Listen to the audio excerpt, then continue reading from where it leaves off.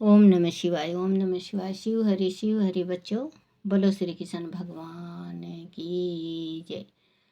सदा भवानी दाहिने सम्मुख रहो गणेश रामा, सम्मुख रहो गणेश। पांच देव रक्षा करो, ब्रह्मा विष्णु महेश सियापति राम। जय जय राम। मेरो मन बसियो सीताराम। राम नगरिया राम के, बसते गंगा तीर रामा। बसते सरयू तीर रामा। चौकी हनुमत वीर की राम जी, चौकी हनुमत वीर की। बोलो सियापति रामचंद्र भगवान की जय। गणेश भगवान की जय। अपने अपने माता पिता की जय। अपने अपने गुरुदेव महाराज की जय। छोटे छे लड्डू गोपाल की जय। शिव पार्वती की जय। शिव पुराण की जय। शिव पुराण में शंखचूड़ का असुर राज पर अभिषेक और उनके द्वारा देवों का अधिकार छीना जाना, देवों का ब्रह्मा की शरण में जाना, ब्रह्मा का उन्हें साथ लेकर विष्णु के पास जाना, विष्णु द्वारा शंखचूड़ के जन्म का रहस्य घटना, और फिर उसका शिव के पास जाना और शिव सभा में उनकी झांकी करना तथा अपना अभिप्रिय प्रकट करना। बोलो शिव पार्वती की जय। सनत कुमार जी कहते हैं, महर्षि जब शंखचूड़ ने तप करके वह वर प्राप्त कर लिया और वह विवाहित होकर अपने घर लौट आया, तब दानव और देवों को बड़ी प्रसन्नता हुई। वह सभी असुर तुरंत ही अपने लोक से निकलकर अपने गुरु शुक्राचार्य को साथ ले दल बनाकर उनके निकट आए और नियम पूर्वक उसे प्रणाम करके अनेकों प्रकार से आदर प्रदर्शित करते हुए उनका सम्मान करने लगे। फिर उसे अपना तेजस्वी स्वामी मानकर अत्यंत प्रेम भाव से उनके पास ही खड़े हो गए। उधर दंभ कुमार शंखचूड़ ने भी अपने कुल गुरु शुक्राचार्य को आया हुआ देखकर बड़े आदर और भक्ति के साथ उन्हें साष्टांग प्रणाम किया। तदनंतर गुरु शुक्राचार्य ने समस्त असुरों के साथ सलाह करके उनकी सहमति से शंखचूड़ को दानों तथा असुरों का अधिपति बना दिया। दंभपुत्र शंखचूड़ प्रतापी यमवीर तो था ही, उस समय असुर राज पर अभिषिक्त होने के कारण वह असुर राज विशेष रूप से शोभा पाने लगा। तब उसने सहसा देवताओं पर आक्रमण करके वेग पूर्वक उनका संहार करना आरंभ किया। संपूर्ण देवता मिलकर भी उनके उत्कृष्ट तेज को सहन न कर सके। अंत वह अमर भूमि से भाग चले और दिन होकर यंत्र तंत्र पर्वतों की खोहों में जा छिपे। उनकी स्वतंत्रता जाती रही। वह शंखचूड़ के वशवर्ती होने के कारण प्रभावहीन हो गए। उधर सूरवीर प्रतापी दंभ कुमार दानवराज शंखचूड़ ने भी संपूर्ण लोकों को जीतकर देवताओं का सारा अधिकार छीन लिया। वह त्रिलोकी को अपना अधीन करके संपूर्ण लोकों पर शासन करने लगा और स्वयं इंद्र बनकर सारे यज्ञ भागों को भी हड़पने लगा तथा अपनी शक्ति से कुबेर, सोम, सूर्य, अग्नि, यम और वायु आदि के अधिकारों का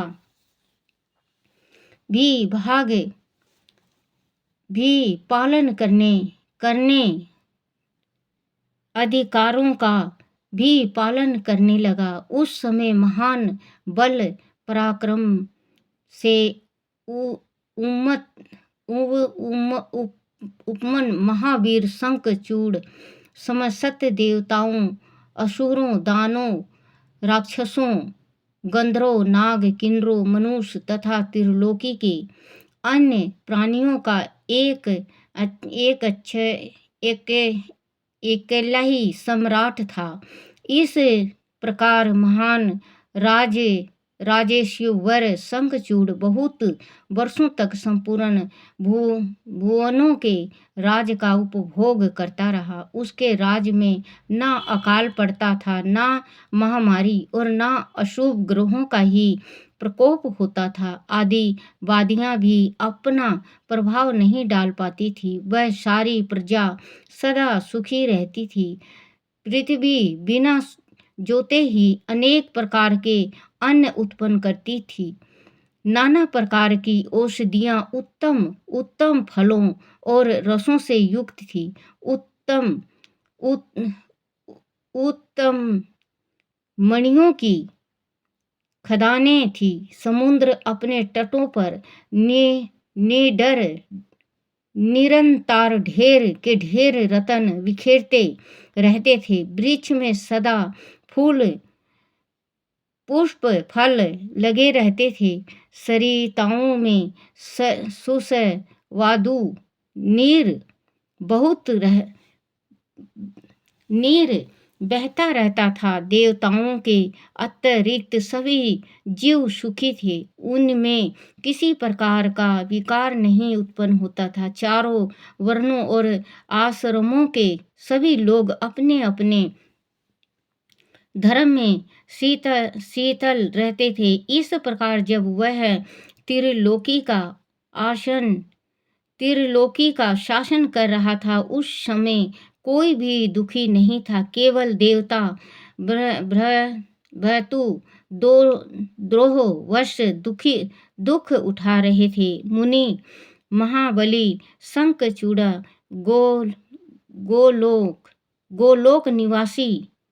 गोलोक निवासी श्री कृष्ण का परम मित्र था। साधु स्वभाव वाला वह सदा श्री कृष्ण की भक्ति में निरत रहता था। पूर्व श्रापवश उसे दानव की योनि में जन्म लेना पड़ा था, परंतु दानव होने पर भी उसकी बुद्धि दानव की सी नहीं थी। प्रिय व्यास जी, तदनंतर जो पराजित होकर राज से हाथ धो बैठते थे, वह सभी सूरगण तथा ऋषि परस्पर मंत्रणा करके ब्रह्मा जी की सभा को चले। वह पहुँच कर उन्होंने ब्रह्मा जी का दर्शन किया और उनके चरणों में अभिवादन करके विशेष रूप से उनकी स्तुति की। फिर अकुलता पूर्वक अपना सारा वृत्तांत उन्हें कह सुनाया। तब ब्रह्मा उन सभी देवताओं तथा मुनियों को ढाढ़स से बंधाकर उन्हें साथ ले सत्य पुरुषों को सुख प्रदान करने वाले वैकुंठ लोक को चल पड़े। वहां पहुँच कर देव गणों सहित ब्रह्मा ने रामापति का दर्शन किया। उनके मस्तक पर किरीट सुशोभित था, कानों में कुंडल झलमला रहे थे और कंठ वर्णमाला से विशोभित था।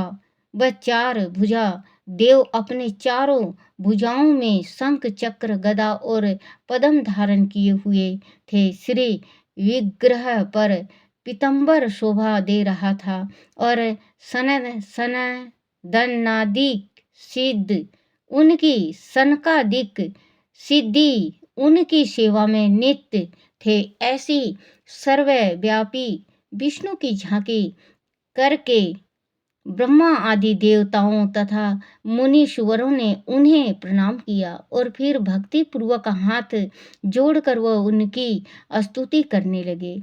देवता बोले,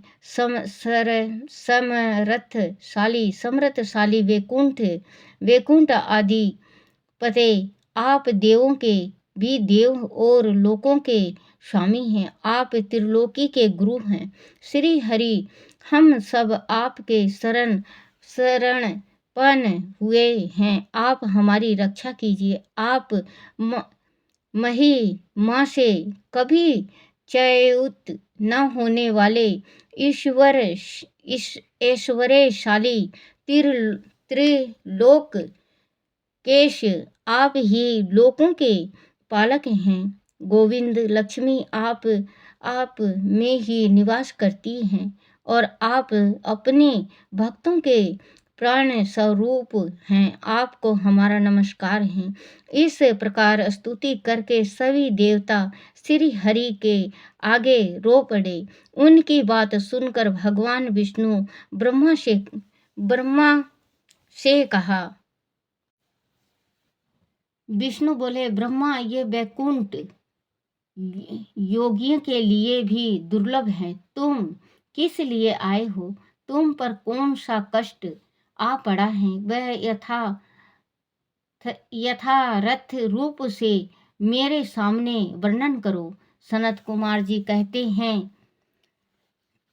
हैं, मुनि, श्री हरि का वचन सुनकर ब्रह्मा जी ने विनम्र भाव से सिर झुकाकर उनसे बारंबार प्रणाम किया और अंजलि बांधकर परमात्मा विष्णु के समक्ष शीतल हो देवताओं के कष्ट से भरी हुई शंखचूड़ की सारी करतूत कह सुनाई। तब समस्त प्राणियों के भाव के ज्ञाता भगवान श्री हरि उस बात को सुनकर हंस पड़े और ब्रह्मा से उन्हें उस रहस्य का उद्घाटन करते हुए बोले। श्री भगवान ने कहा, कमल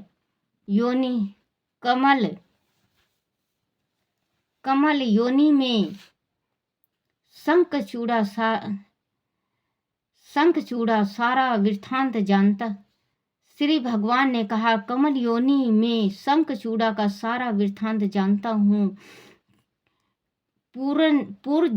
पूर्ण जन्म में वह महातेजस्वी गोप था जो मेरा भक्त था। मैं उसके वृत्तांत से संबंध रखने वाले इस पुरातन इतिहास का वर्णन करता हूँ, सुनो। इसमें किसी प्रकार का संदेह नहीं करना चाहिए। भगवान शंकर प्रकार संदेह नहीं करना चाहिए। भगवान शंकर सब कल्याण करेंगे। गोलोक में सारे मेरे ही रूप श्री कृष्ण रहते हैं। उनकी स्त्री श्री राधा नाम से विख्यात है। वह जगत जननी तथा प्रकृति की पर मोक्त कुष्ठ पांचवी मूर्ति है। वही महासुंदर रूप से विहार करने वाली हैं। उनके अंग से अद्भुत बहुत से गोप और गोपियां भी वहीं निवास करती हैं। वह नित्य राधा कृष्णन का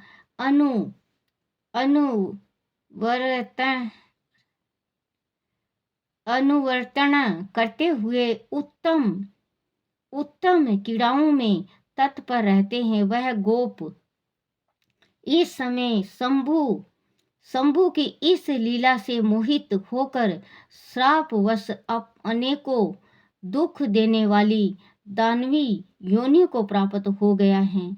श्री कृष्ण ने पहले से ही रुद्र के त्रिशूल से उसकी मृत्यु निर्धारित कर दी है। इस प्रकार वह दानव देह का परित्याग करके पुनः कृष्ण प्रसाद को हो जाएगा। देवेश, ऐसे जानकर तुम भय नहीं करना चाहिए। चलो हम दोनों शंकर की शरण में चले, वह शीघ्र ही कल्याण का विधान करेंगे। अब हम तुम्हें तथा समस्त देवों को निर्भय हो जाना चाहिए। सनत कुमार जी कहते हैं, मुनि यूं कहकर व्यास सहित, ब्रह्मा सहित विष्णु और शिव लोक को चले। मार्ग में वह मन ही मन भक्त उत्सल सर्वेश्वर शंभु का स्मरण करते जा रहे थे। व्यास जी, इस प्रकार वह रमापति विष्णु ब्रह्मा के साथ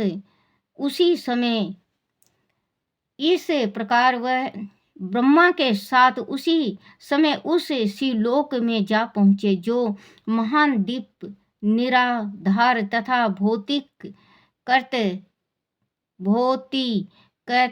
से रहित है। वह पहुंचकर उन्होंने शिव जी की सभा का दर्शन किया। वह ऊंची एवं उत्कृष्ट सभा वाली सभा प्रकाश युक्त शरीरों वाले शिव प्रसादों से घिरी होने के कारण विशेष रूप से सुशोभित हो रही थी। उन प्रसादों का रूप सुंदर कांति से युक्त महेश्वर के रूप के सदृश था। उनके 10 भुजाएं थी, 5 मुख और 3 नेत्र थे। गले में नील चिन्ह तथा शरीर का वर्णन अत्यंत गोर था। वह सभी श्रेष्ठ रत्नों से युक्त रुद्राक्ष और भस्म के आभरण से विशोभित थे। वह मनोहर सभा नवीन चंद्रमा मंडल के समान आकार वाली और चौकोर थी। उत्तम मणियों तथा हीरों के हारों से वह सजाई गई थी। अमूल रत्नों के बने हुए कमल पात्रों से सुशोभित थी। उसमें मणियों की जालियों से युक्त गवाक्ष बने थे, जिससे वह विचित्र दिख रही थी। शंकर जी की इच्छा से उसमें पद्रागमणि जड़ी हुई थी, जिससे वह अद्भुत सी लग रही थी। वह समयमंत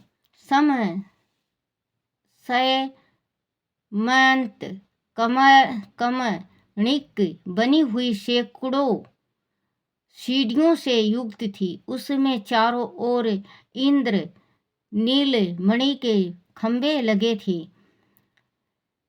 लगे थे, जिन पर श्रवण सूत्र से ग्रथित चंदन के सुंदर पल्लव लटक रहे थे, जिनसे वह मन को मोह लेती थी। वह भली भांति संस्कृत तथा सुगंधित वायु से सुशोभित थी। एक सहस्त्र योजन विस्तार वाली वह सभा बहुत से किंकरों से खचाखच भरी थी। उसके मध्य भाग में अमूल्य रत्नों द्वारा निर्मित एक विचित्र सिंहासन था। उसी पर उमा सहित शंकर विराजमान थे। उन्हें सुरेश्वर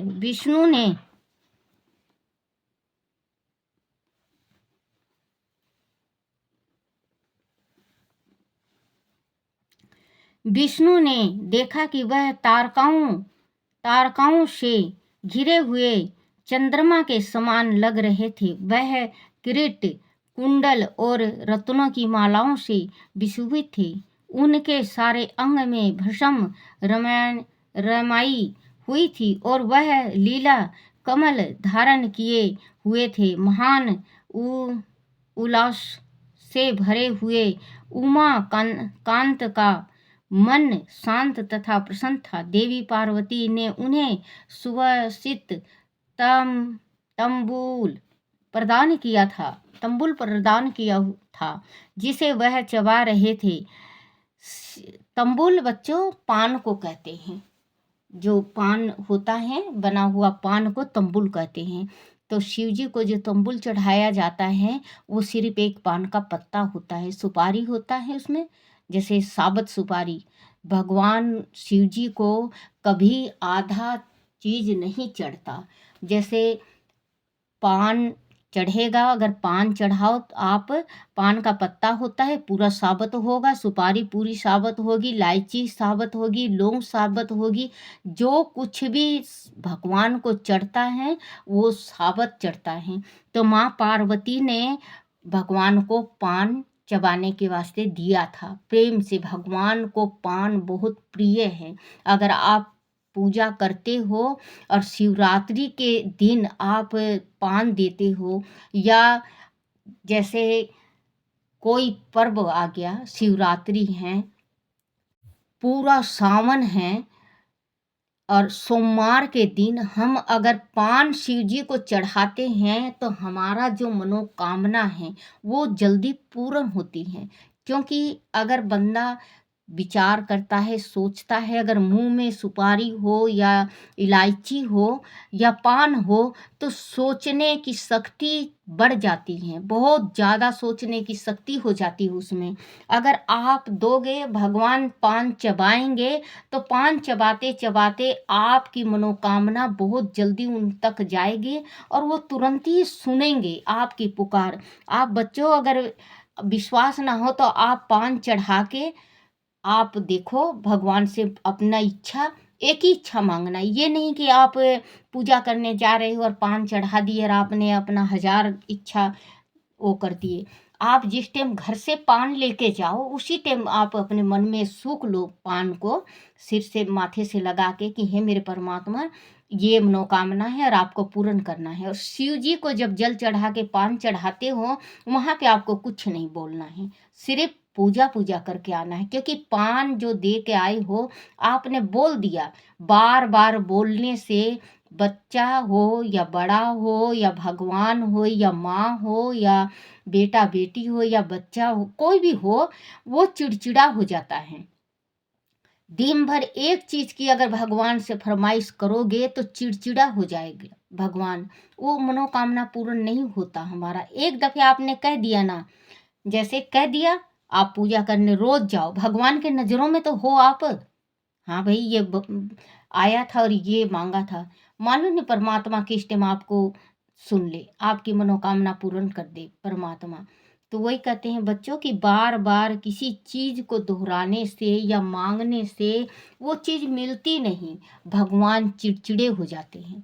तो हम जो चीज भी हम व्रत रखते हैं या कुछ भी रखते हैं तो एक दफे पहले वाले दिन हम भगवान से प्रार्थना कर लें घड़ी में कि परमात्मा मेरी ये काम नहीं बन रही, आपको काम बनाना है, और आप पूजा करते रहो। देख लेना बच्चों, आपकी मनोकामना बहुत जल्दी सुनेंगे। और इसमें हर एक चीज है बच्चों, जो भगवान को, शिव जी को प्यारा है, जो शिव जी को अच्छा लगता है, जो शिव जी खाते हैं, वो सब कुछ इसमें है। देखो पान चबा रहे हैं ना, माँ पार्वती ने दिया है उनको, तो पान चबा रहे हैं और खुश हैं। जो पान चबाता है ना वो खुश होता है। घिरे हुए चंद्रमा के समान लग रहे थे। वह किरीट, कुंडल और रत्नों की मालाओं से विशोभित थे। उनके सारे अंग में भस्म रामायित हुई थी और लीला कमल धारण किए। नील मतलब नीला वो नीला ही चढ़ता है भगवान को, पुष्प जो चढ़ती है ना वो भी नीला ही सफेद चढ़ता है ज्यादातर। नीला कमल धारण किए हुए थे। महान उल्लास से भरे हुए उन उमाकांत का मन शांत तथा प्रसन्न था। देवी पार्वती ने उन्हें सुवासित सुवासित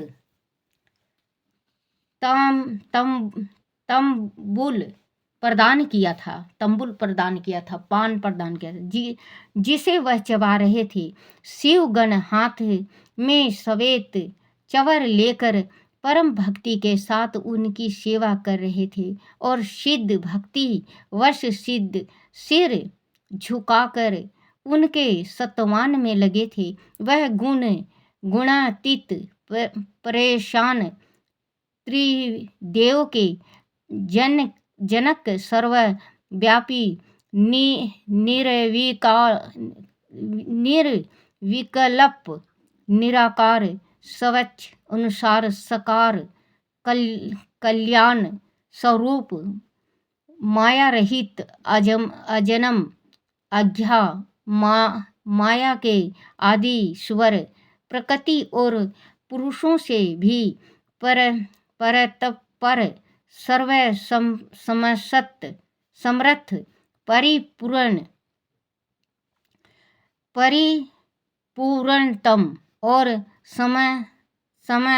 समता युक्त हैं। ऐसे विशिष्ट गुणों से युक्त शिव को देखकर ब्रह्मा और विष्णु ने हाथ जोड़कर उन्हें प्रणाम किया और फिर वह स्तुति करने लगे। विविध प्रकार से स्तुति करके अंत में वह बोले भगवान, आप दीनों और अनाथों के सहायक, दीनों के प्रतिपालक, दीन बंधु, त्रिलोकी के आदिश्वर और शरणगत उत्सल हैं।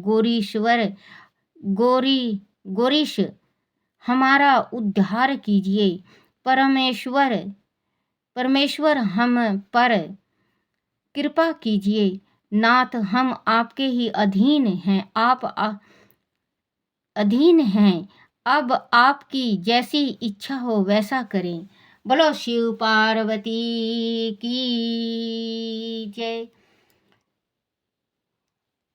ओम नमः शिवाय, ओम नमः शिवाय, ओम नमः शिवाय भोले, ओम नमः शिवाय, ओम नमः शिवाय बाबा, ओम नमः शिवाय, ओम नमः शिवाय शंभो, ओम नमः शिवाय, ओम नमः शिवाय, ओम नमः शिवाय, ओम नमः शिवाय भोले, ओम नमः शिवाय नमो, शिवाय नमो, शिवाय नमो, शिवाय नमो, शिवाय नमो।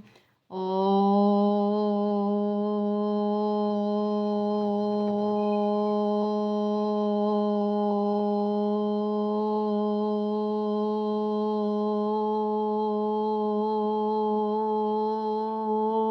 नमः शिवाय। बोलो शिव पार्वती की जय। अपने अपने गुरुदेव महाराज की जय।